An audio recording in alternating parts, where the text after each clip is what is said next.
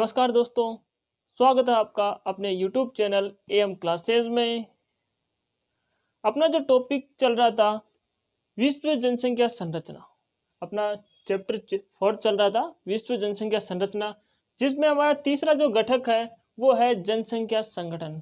इससे पहले अपने दो घटकों की बात कर ली, पहला आयु संरचना, दूसरा लिंगानुपात, और जो तीसरा जो अपना टॉपिक है वो है जनसंख्या संगठन। अब जनसंख्या संगठन क्या होता है, इसमें हम किसका अध्ययन करेंगे? तो हम इसमें जो अध्ययन करेंगे वो है नगरीय व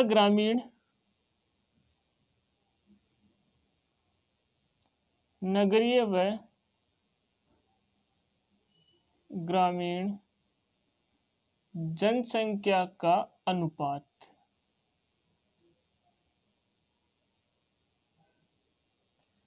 यानी इसमें जो अपन अध्ययन करेंगे वो करेंगे नगरीय व ग्रामीण जनसंख्या का जो अनुपात है, यानी विश्व के अंदर कितने लोग नगरों में रहते हैं, कितने लोग गांवों में रहते हैं, यानी ग्रामीण लोग, इनका अनुपात वो होता है जनसंख्या संगठन। जिसमें हम बात कर सकते हैं कि नगरीय कौन है, ग्रामीण कौन है।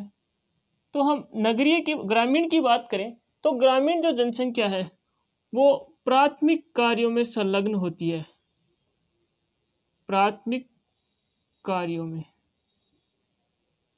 या कह सकते हैं प्राथमिक व्यवसाय में। यानी जो ग्रामीण जनसंख्या है, गांव की जो जनसंख्या है वो प्राकृतिक यानी प्रकृति से जुड़े हुए कार्यों में संलग्न होती है, वो जिसे कहते हैं हम प्राथमिक कार्यों में संलग्न, जिसे खेती से, इनसे जुड़ी हुई होती है, वो होती है ग्रामीण जनसंख्या। जबकि नगरीय जो जनसंख्या है वो गैर कृषि कार्यों में लगी होती है, या गैर प्राथमिक कार्यों में, कह सकते हैं हम गैर प्राथमिक कार्य।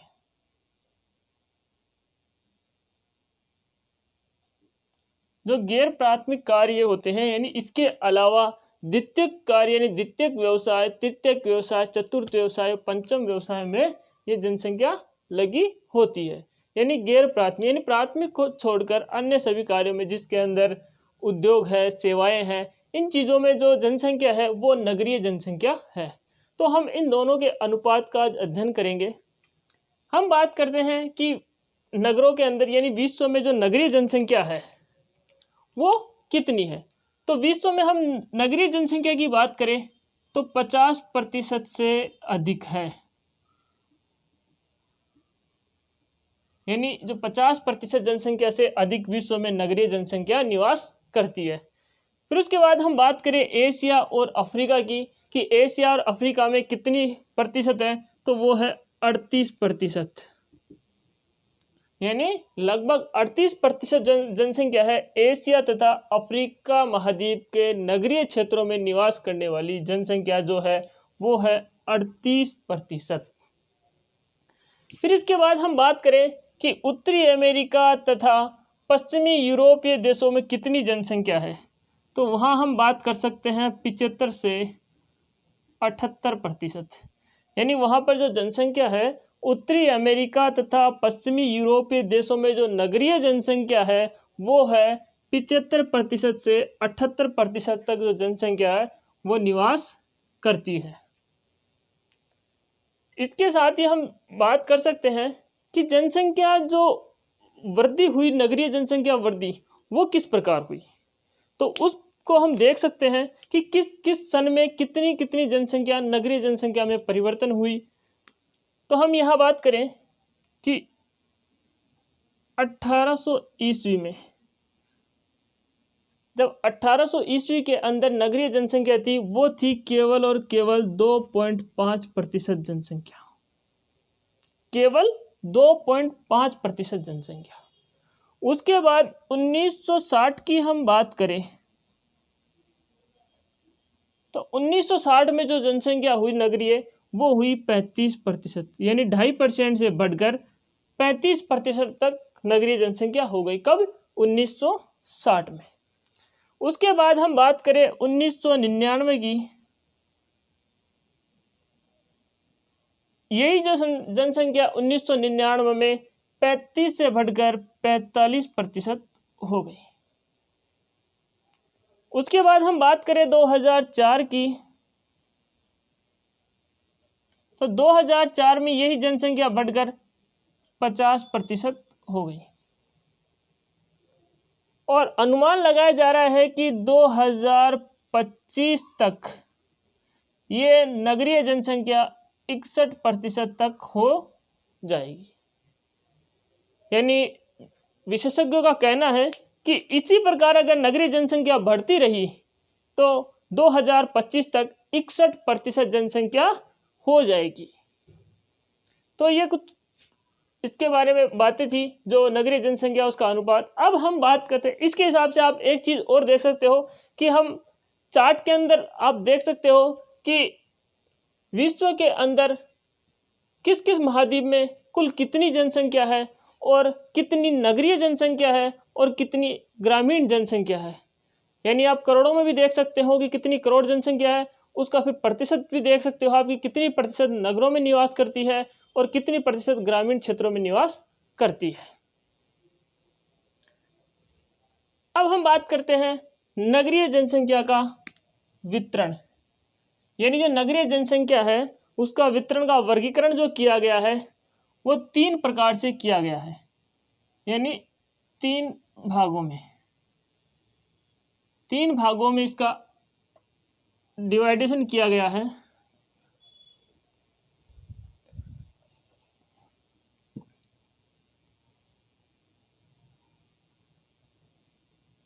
तीन भागों में इसका डिवाइडेशन किया गया है, जिसके अंदर उच्च नगरीय जो जनसंख्या है, जो उच्च नगरीय जो जनसंख्या है उसको कैटेगरी में डाला गया है जहां पर 60% से अधिक नगरीय जो जनसंख्या है,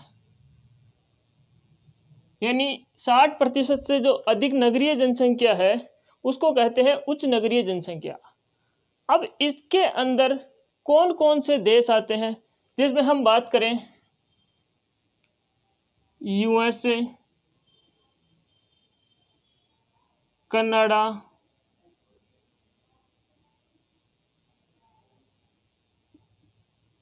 मैक्सिको, यानी USA, Canada, Mexico, Brazil,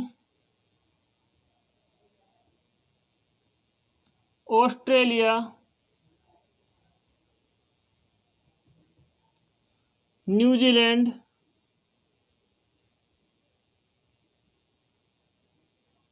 Japan, Singapore,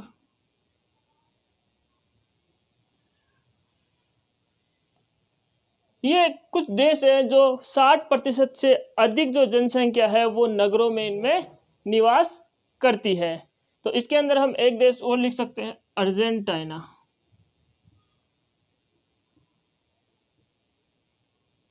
Argentina और यूरोप के अधिकांश देश में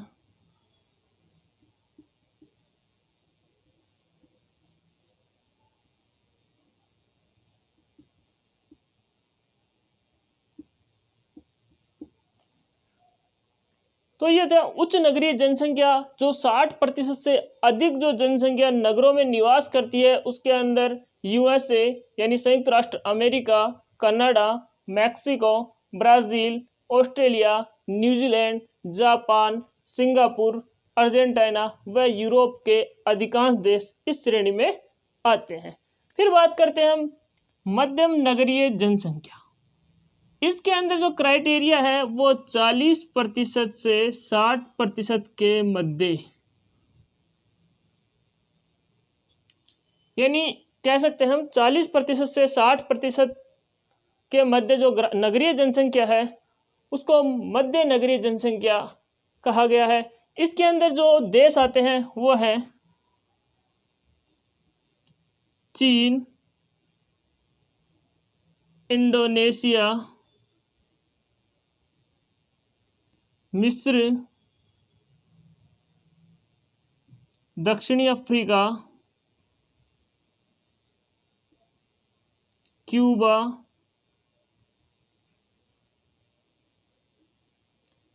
जमैका यानी मिस्र, दक्षिण अफ्रीका, क्यूबा, जमैका और इसमें है एक वेनेजुएला।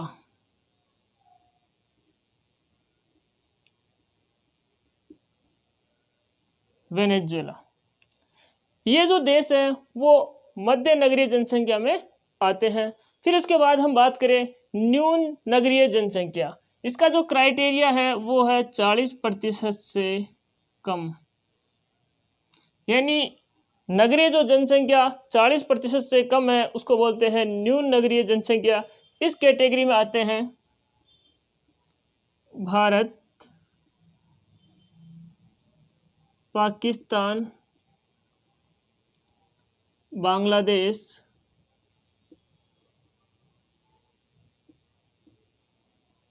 नेपाल,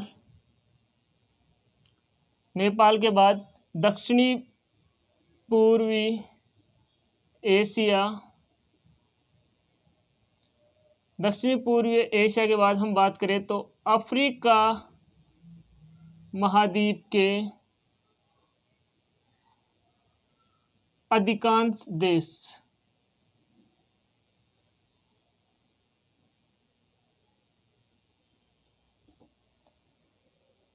यानी न्यून नगरीय जो जनसंख्या है उसका क्राइटेरिया हमने डिसाइड किया, यानी डिसाइड है 40% से कम जो जनसंख्या है नगरों में वो है भारत, पाकिस्तान, बांग्लादेश, नेपाल, दक्षिणी पूर्वी एशिया और अफ्रीका महाद्वीप के अधिकांश देश। तो ये बात थी आज जनसंख्या संगठन की। अब हम बात करते हैं इसी के अंदर साक्षरता, अगला जो घटक है वो है अपना साक्षरता। हम बात कर रहे थे साक्षरता की। साक्षरता में किस चीज़ का अध्ययन किया जाता है, तो हम बात कर सकते हैं कि साक्षरता में अध्ययन की हम बात करें तो जनसंख्या के गुणात्मक जो पहलू होते हैं, यानी जनसंख्या के गुणात्मक पहलुओं का अध्ययन इसमें किया जाता है।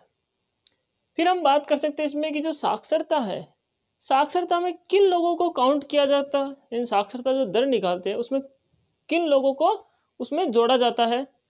तो हम कह सकते हैं इसके अंदर कि इसके अंदर यानी साक्षर लोग, साक्षर कौन होते हैं, 7 वर्ष तथा अधिक आयु के लोग जो दैनिक जीवन में पढ़ तथा लिख कर, यानी पढ़कर तथा लिखकर एक दूसरे को समझ व समझा सके। यानी कह सकते हैं इसमें कि 7 वर्ष का बालक और उससे अधिक जो दैनिक आयु का जो दैनिक जीवन के अंदर, यानी अपने जो दैनिक जो जीवन होता है उसके अंदर वो पढ़ भी सके, लिख सके और खुद समझे और दूसरों को समझा सके, उन लोगों को जोड़ा जाता है जिसको कहते हैं साक्षर। तो ये लोग इस साक्षरता में जोड़े जाते हैं। तो ये इसकी परिभाषा भी हम कह सकते हैं कि इसकी जो परिभाषा है वो यही परिभाषा है कि 7 वर्ष तथा अधिक आयु के लोग दैनिक जीवन में पढ़ तथा लिख कर एक दूसरे को समझ व समझा सके। फिर हम बात करें इसके अंदर कि जो मानव विकास सूचकांक के निर्धारण में, यानी साक्षरता को, किसको, साक्षरता को, मानव विकास सूचकांक के निर्धारण में साक्षरता को सामाजिक, सांस्कृतिक, आर्थिक तथा राजनीतिक उन्नति का विश्वसनीय सूचक माना जाता है।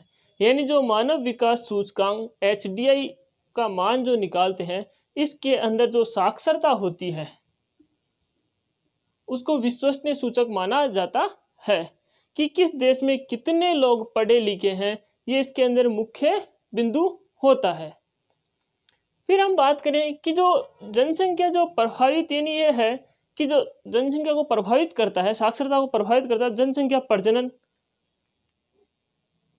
जनसंख्या प्रजनन प्रभावित, मृत्यु दर से प्रभावित होती है। यानी कह सकते हैं हम ये इसको प्रभावित करते हैं कि जनसंख्या प्रजनन में, मृत्यु दर में अगर कोई भी व्यक्ति साक्षर होगा या फिर निरक्षर होगा तो दोनों चीज़ से इस पर फर्क पड़ेगा। प्रजनन में यानी जन्म दर में फर्क पड़ेगा, अगर साक्षर होगा तो जन्म दर कम रहेगी और निरक्षर होगा तो जन्म दर अधिक रहेगी। वही मृत्यु दर गत्यात्मक तथा व्यवसाय आदि पक्षों पर इसको प्रभावित करता है। दूसरी हम इसमें बात करें कि जो साक्षरता दर को प्रभावित करने वाले जो कारक होते हैं, यानी इसमें कह सकते हैं हम साक्षरता दर को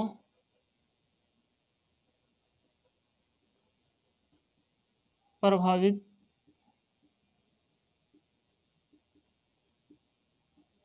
करने वाले कारक, यानी साक्षरता दर जो है किन किन कारकों से प्रभावित होती है।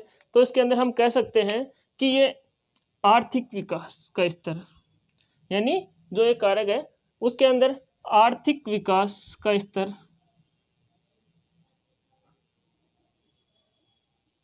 यानी किसी भी परिवार की स्थिति अगर कह सके कि अगर आर्थिक स्थिति उसकी अच्छी होती है तो उस परिवार के लोग साक्षर होंगे और अच्छे पढ़े लिखे होंगे, तो उनका जो आर्थिक विकास स्तर है वो उसको प्रभावित करता है, उसके जो कारक है। दूसरा है नगरीय जीवन स्तर,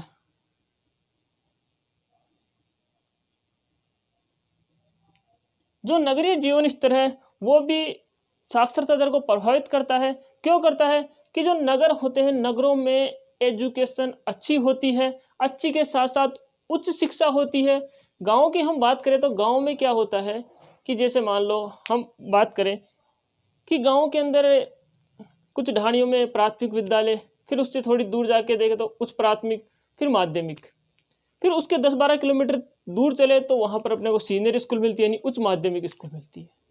फिर उस कस्बे को हम छोड़ के जाएं तो वहाँ जाके किसी बड़ी शहर में जाएं तो वहाँ जाके हमें कॉलेज में अध्ययन करना होता है कि वहाँ आसपास में कोई कॉलेज नहीं होती है, तो नगर में जाके हमें उच्च शिक्षा मिल सकती है। तो जो नगरीय जीवन होता है वहाँ पर उच्च अध्ययन के लिए लोगों को जाना पड़ता है, तो नगरीय जीवन स्तर के कारण साक्षरता जो दर है वो प्रभावित होती है, यानी साक्षरता दर अधिक हो जाती है। इसके साथ ही हम बात करें कि महिलाओं की स्थिति,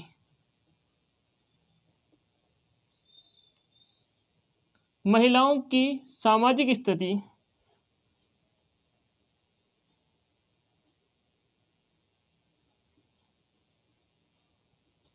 यानी जो महिलाएं हैं उनकी क्या होती है, सामाजिक जो स्थिति होती है वो अच्छी होती है, क्योंकि उसी हिसाब से साक्षरता दर बढ़ेगी। उसके साथ ही हम कह सकते हैं विभिन्न सुविधाएं मिलती हैं, विभिन्न जो सुविधाएं मिले वह सरकारी नीतियां, इसके बारे में हम कह सकते हैं कि अगर विभिन्न सुविधाएं मिले तो उस सुविधाओं के कारण साक्षरता दर बढ़ सकती है, और सरकारी नीतियां यानी गवर्नमेंट भी साक्षरता दर को बढ़ाने के लिए अलग अलग नीतियां बनाती है, अलग अलग योजनाएं बनाती है, जिसके अंदर बालिकाओं के लिए भी अलग योजना बनाई जाती है कि कैसे बालिकाओं का उत्थान हो सके, उनकी साक्षरता दर में वृद्धि हो सके। तो ये जो है साक्षरता दर को प्रभावित करने वाले कारक हैं।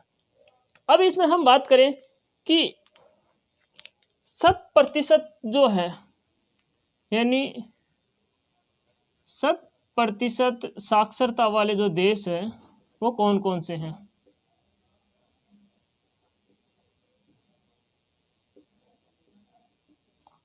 यानी किस किस देश में 100% यानी 100% साक्षरता दर पाई जाती है। तो उसमें हम बात करें जापान, जापान में 100% साक्षरता है। ऑस्ट्रेलिया,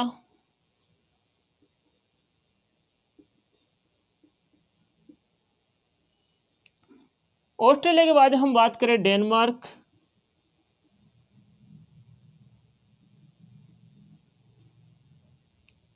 डेनमार्क के बाद फिनलैंड,